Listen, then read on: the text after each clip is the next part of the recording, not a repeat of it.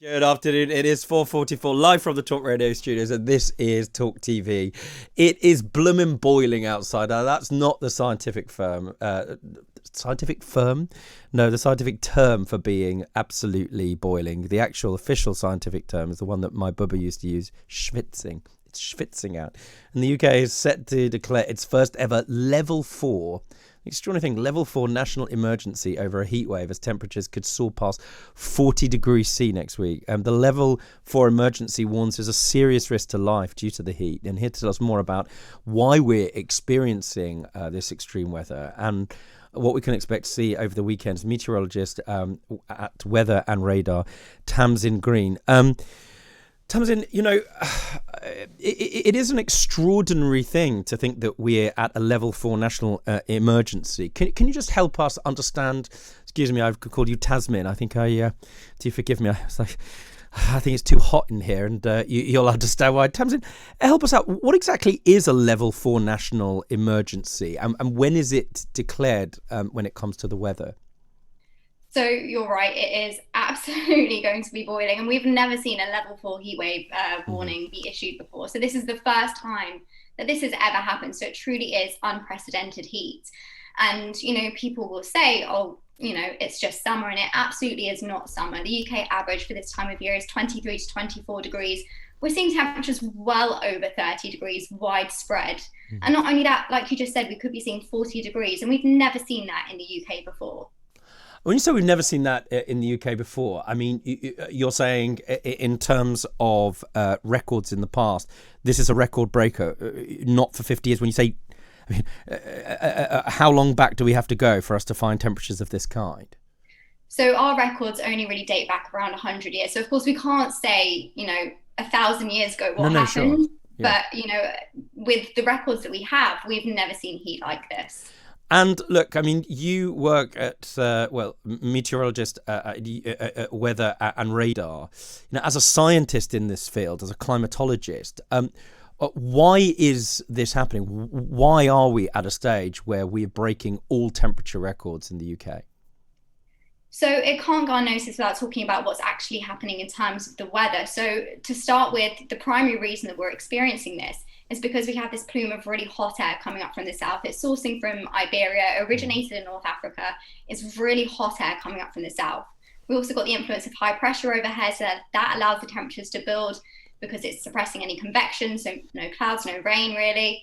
And of course, on top of that, we can't not obviously talk about climate change, which is exacerbating this. It is causing more intense, more frequent episodes of these heat waves. hmm Now, in terms of that high pressure, that hot air that's coming in from the Iberian Peninsula, I mean, that's sort of a common thing sort of every year, but it can switch. How far in advance are you able, as a meteorologist, to predict when a low pressure front is going to come in and perhaps reduce the temperature? So you have different ranges from weather models. The ones that, as meteorologists, we most frequently use are the medium range models, and those global models can go up to around 2 weeks ahead.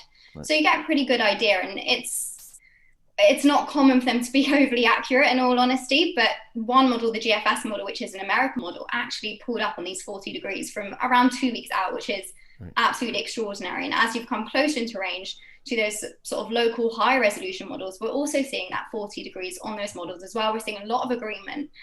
You do have longer range models as well Right. that can go a couple months ahead, but that's sort of looking at Sure. the overall trend of the month. Is it warmer than average, colder than average, that hmm kind of thing. And getting down into the weeds of the technology, because people are really sort of fascinated by this. Is it satellite technology? I mean, one of the things that's sort of interesting to a lot of people is that despite extraordinary evolution in the science around more or less everything, certainly when it comes to communication and so on and so forth, and satellite technology, that predicting and modelling the weather nowadays doesn't seem to be as accurate as it might. Are we wrong about that?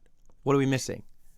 I mean, technology is ever improving. I wouldn't say that it's become less accurate with time, that's for sure. I mean, the data that these computers work with is absolutely fascinating. The number of calculations is in the trillions, hmm the number of calculations that these computers can do in a second. So it really is quite incredible. And that technology is ever improving, and they're working faster and more frequently with the modern times. Right. Now, you talked about really two issues. Firstly, this hot air coming in from the Iberian, the Spanish peninsula that originated in North Africa, waving over us, and potentially on Monday, us facing a situation of 40-degree heat, which, as we say, is a level 4 national emergency, which is where there's a risk to life. But the second point that you made was to say, well, that's also has to be considered in the context of climate change. Help us understand more about that. Believe it or not, Tamsin, there'll be people listening to this show that feel quite sceptical about climate change. So looking at the science that you've got, help us understand why the reason we're heading to 40 degrees relates to the fact that there's global warming. Of course. So the reason that you have to look at climate change as a bigger picture is because weather and climate are very different things. Weather is the short-term scale of things. It's weather that can change over hours, minutes, seconds. Climate is looking at that longer-term trend. And when we look at that overall trend, in the last 30 years, we've seen the number of days go up to 9. So we've seen 9 days per year above 30 degrees in comparison to 1960 to 1990, when we were seeing 5 days a year that were above 30 degrees. We've also literally just seen, as confirmed by NASA, the joint hottest June on record for the whole Earth. So, you can't ignore those stats that we are seeing records being broken, not just here, but across the globe. And we've seen so many records fall, over the past month, years. We can't ignore the stats there, that we're looking at that overall trend. Right. And like I said, it's not just local to the UK. And looking at those records that you've just referred to, a staggering one, I'm going to ask you to repeat it at some point. NASA saying it's the hottest in their records for how long was it? Sorry, Tamsin?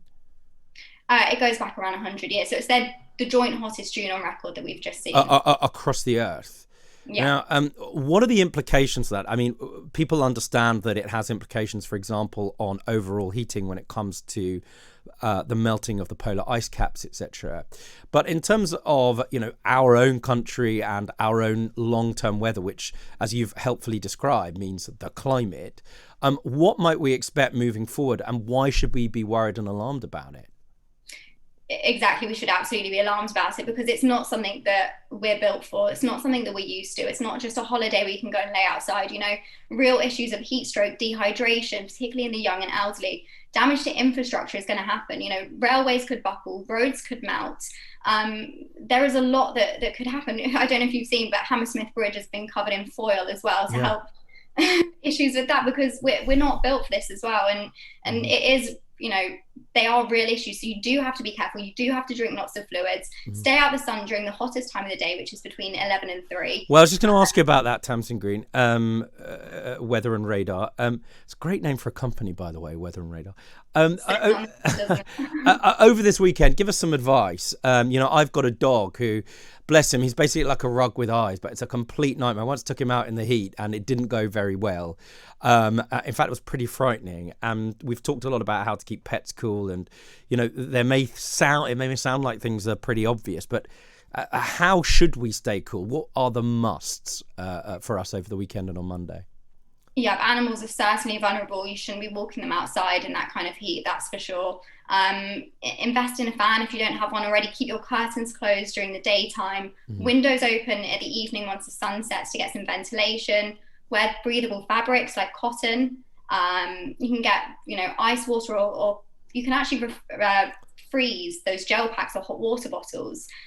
Stick them in your bed at night. Put them on your pressure points, like your temples, the inside of your elbow, the back of your knees, places like that. Wow, that's an interesting one. So, ice cubes on the backs of your knees. Let me tell you, Tamsin, I thought this segment on the weather was going to be a little bit too long. I mean, you were going to come on, you explain global warming to us with useful, helpful, and frankly incontrovertible statistics from NASA. You've explained where this hot front is coming from. Brilliant. I mean, that's really good takeaway. That would have been enough. But the fact that I now know that I can put ice cubes on the back of my knees to say cool. I mean, hello, listeners of Talk Radio, Talk TV. This is amazing. What else can we do? Where else can I put the ice cubes? I mean, I'm not going to tell you any more other places apart from those pressure points. Oh, well, there you are. It's been a delight to listen to you, Tamsin Green, meteorologist at Weather and Radar. Tamsin, can I ask you a question while you're still here? There are some people that are sort of climate change skeptics, and you are a climatologist, somebody that cares about the weather and has done the science and is plugged into where all of the data comes from. If you had a mate of yours at a pub or wherever it was that went, the thing is, Tamsin, I'm not sure about this global warming business, where would you direct them? Like, is it your company's website? What would be the best thing you would say in response to it? So apart from having a discussion with them on a personal level myself, I would definitely refer them to my company's website. We've got an app, it's Weather and Radar, and we write all sorts of articles, about weather trends, weather explainers, talk about climate change, and explain them and relate them to the weather as well, and to what's relevant in the world. It's not just UK based, although there is a focus to the UK. But we talk about global weather and climate phenomena as well. Cool. And it's got all of the stuff on there in a simple way, which has got some actual takeaway advice. I mean, winning life, everybody. There you are. You can persuade your idiot friends that climate change is actually happening by going on Weather and Radar's website. And you even know how to stay cool. Yep.